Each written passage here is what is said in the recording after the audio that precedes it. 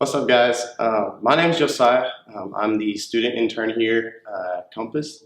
I go to school over at Dallas Christian College, and while I'm working on my degree, I'm actually over here interning, if you don't know me. But today, I've been asked to give us this message to y'all, which has really been on my heart, and it's about fear. Now, we all are scared of something. You can't tell me for a second that you're not scared of something. We all are. For me, it's spiders. I remember this one time recently, I went over to my girlfriend's family's house, and they have these like little lantern kind of deals made out of little jars that they have lighting up the path to their door. And I knocked one over, and this like little tarantula like ran out. And they live out in the country, so for them it's usual. For me, it's not. I'm from the suburbs, and like, oh no. I like jumped up, screamed, ran back to my car. I was like, I'm not going anywhere near there. My girlfriend had to like come and like guide me to the house. She is apparently not scared of spiders. She used to keep them as pets as a kid. So I'm praying that Jesus comes and saves her, and we'll work through that together. but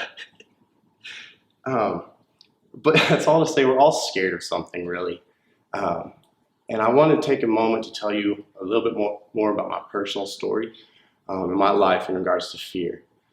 So when I was about 6, I broke my toe. Long story short, I broke my toe, and I started like having like swelling and inflammation in my legs, my hips, my knees, my ankles, my toes, like everything swelled up, and it was just this immeasurable pain. My parents would basically have to carry me places. I couldn't walk, I couldn't run, I could barely even stand, and I was using crutches for a while, but we were going to doctor. We'd go to one doctor and they say, I don't know what's the problem, I don't know what's wrong with you, and they sent us to another doctor, and back and forth it went, until there's this one day, we went to this one doctor, and it was different because he said, I know what's wrong with you. But what that meant for me was that I'd never be able to run again, walk again, I couldn't play sports. I wouldn't be able to be a kid anymore.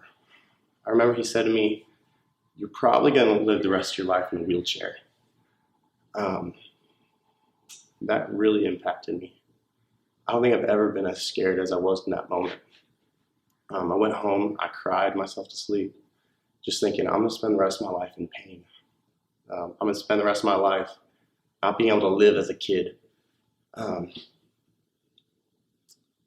I want to pause there. I want to look at this story in John chapter 6, verse 16, and we're just going to read a little bit about this because this is a big thing. When evening came, his disciples went down to the sea. They got into a boat and started across the sea to Capernaum. It was now dark, and Jesus had not yet come to them, and the sea became rough because a strong wind was blowing.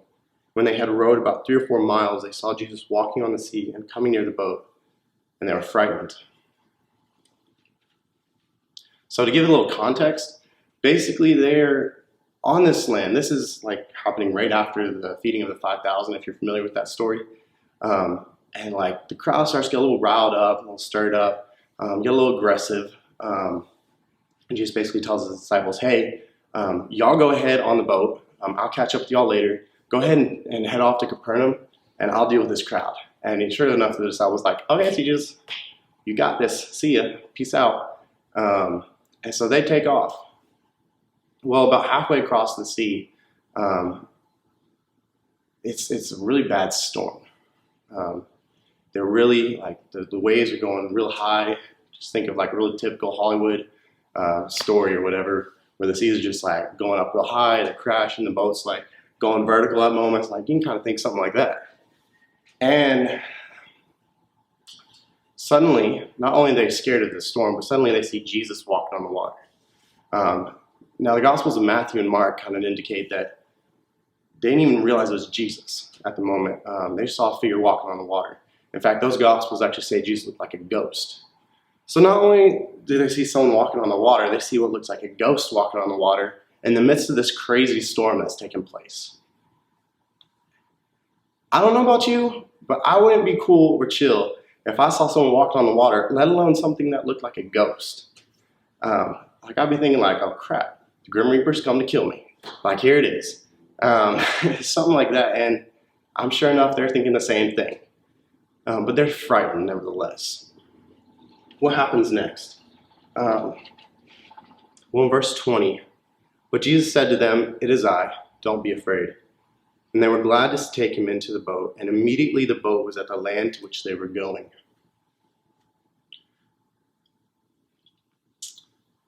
Jesus came to them in their fear, in their worries, in their frightening. He says, "It's me. Don't be afraid." Like, I just kind of picture it like, yo, chill, calm down. It's me, Peter. Stop screaming in the back. You look like a wuss. Chill out. And Peter comes to them, Jesus comes to them and just tells them, "Don't be afraid. Don't be worried. Don't be scared. Don't be frightened. You don't need to feel like this. I'm not here to cause problems. I'm here to bring peace." And so they invite him into their boat. And sure enough, the storms stop and he directs them back to land. I want to jump back to my story. I remember one night when I was 11. So, I mean, from 6 to 11, like I'd been dealing with this for a long time. And I'm laying in bed and I'm just in immeasurable pain. Like so much pain, guys. I'm talking like the kind of pain, you know those videos with like the little compressor thing? People like put something under it and then it compresses down on it. I don't remember exactly what it's called, but like I've seen like the watermelons, tennis balls, bowling balls. I even saw an anchor one time. Like y'all know what I'm talking about. Think that pressing down on my joints and my legs. It's not fun. I'm laying in bed one night when I'm 11 and I'm just in so much pain, guys. I'm crying out to God in a prayer. And I mean, I grew up in a Christian home. I've been told God's got a plan for you. God's got a purpose for your life. I know you've all heard that before if you've been around a church long enough. And I'm thinking like, what the heck, God? What's your plan? What's your purpose? And I'm crying out to him, God, why is this the life that you want me to live? Guys, I heard 2 words. I'm talking like very clear, audible words that I heard. I heard, "Trust me." And no one can tell me that they weren't the words of God. Personal experience, like it was God. He said, "Trust me."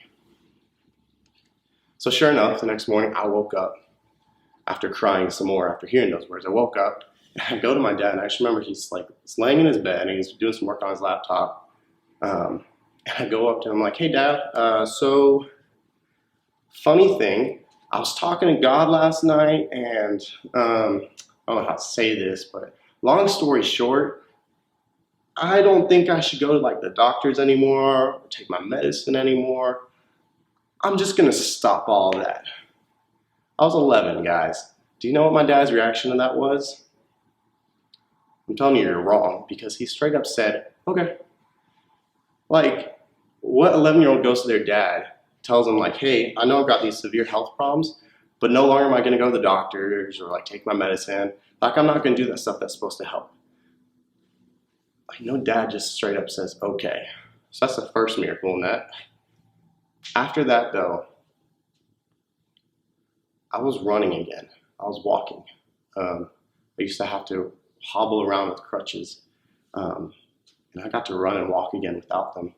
I was playing sports again. I love soccer and baseball. I was playing those again. And I was just able to live my life as a kid. Guys, I can't tell you what that meant to me, how that changed my life.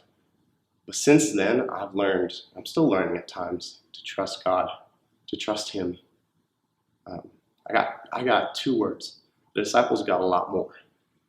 They got, "Do not be afraid." Guys, I don't know what storm you're going through, what difficulty you're facing.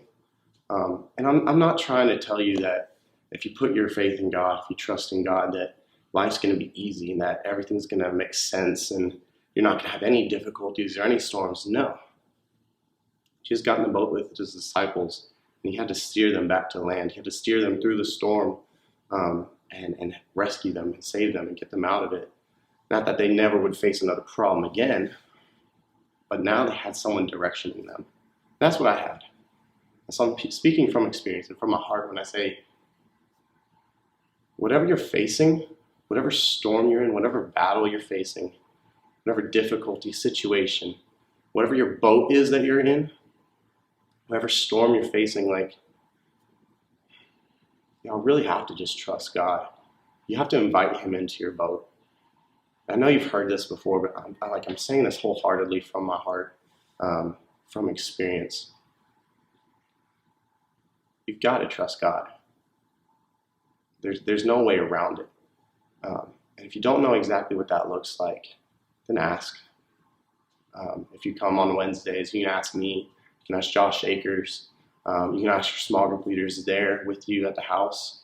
But ask. It all comes down to just trusting God. It's a journey. It's a process. But guys, look at me now. I mean, you can't necessarily see everything about me because I'm on a video, but I don't have crutches anymore. I'm running. I'm walking. I'm not cured necessarily, but God has directioned me in the right ways and led me to a place in which I don't have to wake up every day and in pain thinking, what's today going to look like? If I'm going to have to be hobbling around my crutches, if I'm going to even be able to move, I don't have to think about that anymore. It's the last thought on my mind because God directioned me. I invited him into my boat, and metaphorically speaking, he steered that boat out of my storm. So ask yourself, what does that storm look like for you? How can you let God into your boat to steer you through it if you haven't already? That's all this is about. Just think through that and talk about that in your small groups. Let's pray. Dear Heavenly Father, thank you for everyone that's here at these house groups right now. You're really working in this place, and you're really just, God, we just want you to come have your way. Come and get in our boats with us if we haven't invited you already. Come in and steer and make a way. Bring us through the storm, whatever we're facing, God. Just give us some hope. When we're scared, God, tell us again, don't be afraid. Let us trust you, God. In your name we pray. Amen.